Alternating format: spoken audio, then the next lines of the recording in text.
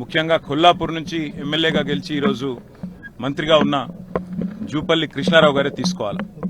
ఎందుకంటే ఇది మొదటి హత్య కాదు కొల్లాపూర్లో. ఈ ప్రభుత్వం వచ్చినాక పేరుకేమో ప్రజాపాలన, కానీ చేస్తున్నది ప్రతీకార పాలన.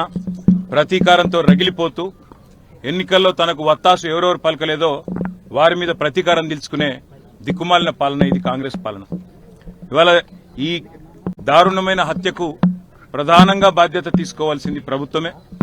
అందులో ముఖ్యంగా నేను ముఖ్యమంత్రి రేవంత్ రెడ్డిని డిమాండ్ చేస్తా ఉన్నా. ఈ మంత్రి కొల్లాపూర్లో మన తెలంగాణలో ఎక్కడా లేని ఫ్యాక్షన్ సంస్కృతిని ఇక్కడ తెచ్చి జనవరిలో మల్లేష్ యాదవ్ మృతికి కారణమైనారు. మరి ఈరోజు శ్రీధర్ రెడ్డి గారి మృతికి కూడా కారణమైనారు. ఒకటే నియోజకవర్గంలో 4 నెలల వ్యవధిలో 2 హత్యలు జరిగినాయంటే మరి మంత్రి గారి ప్రోద్బలం లేకుండా, మంత్రి గారి ప్రమేయం లేకుండా ఆయన అనుచరులు ఇంత దారుణాలకు తెగబడరు.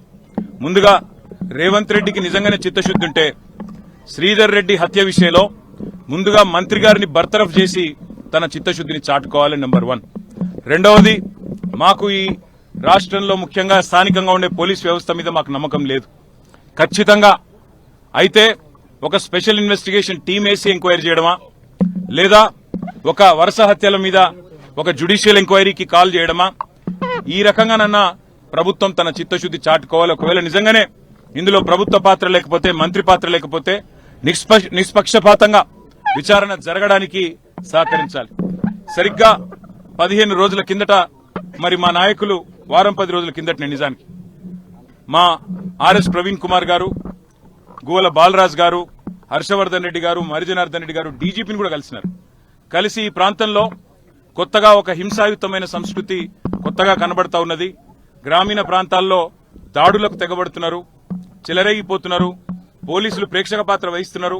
అవసరమైతే క్యాంపులు పెట్టండి, పికెట్లు పెట్టండి, మీరు దయచేసి ఈ ప్రాంతాన్ని కల్లోలిత ప్రాంతంగా అవసరమైతే ప్రకటించి మరి ఎలాంటి కక్షలు కార్పణ్యాలు లేకుండా చూసుకోండి అని చెప్పి ఒక డీటెయిల్డ్ పిటిషన్ కూడా మేము ఇవ్వడం జరిగింది. కానీ ప్రేక్షకుల మాదిరిగా పోలీసులు ఈరోజు ఉదయం 5:30కు ఫోన్ చేస్తే 10 నిమిషాల్లో వచ్చేదానికి గంటన్నర తర్వాత వచ్చి ఈరోజు ప్రేక్షక పాత్ర పోషిస్తున్నది పోలీస్ యంత్రాంగం. ముందుగా ఇక్కడ ఎస్ఐని సస్పెండ్ చేయాలా, బాధ్యులైన పోలీస్ అధికారుల మీద కూడా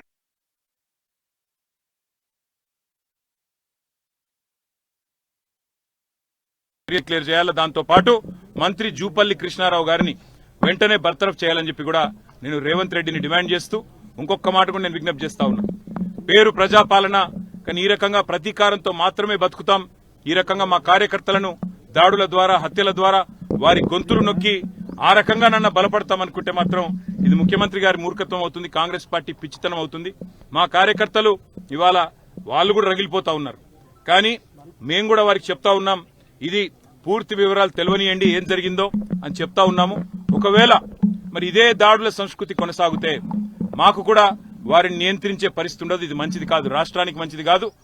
రాజకీయ నాయకులు, రాజకీయ పార్టీలుగా గతంలో 10 సంవత్సరాల్లో తెలంగాణలో ఎన్నడూ ఇట్లాంటి సంఘటనలు జరగలేదు.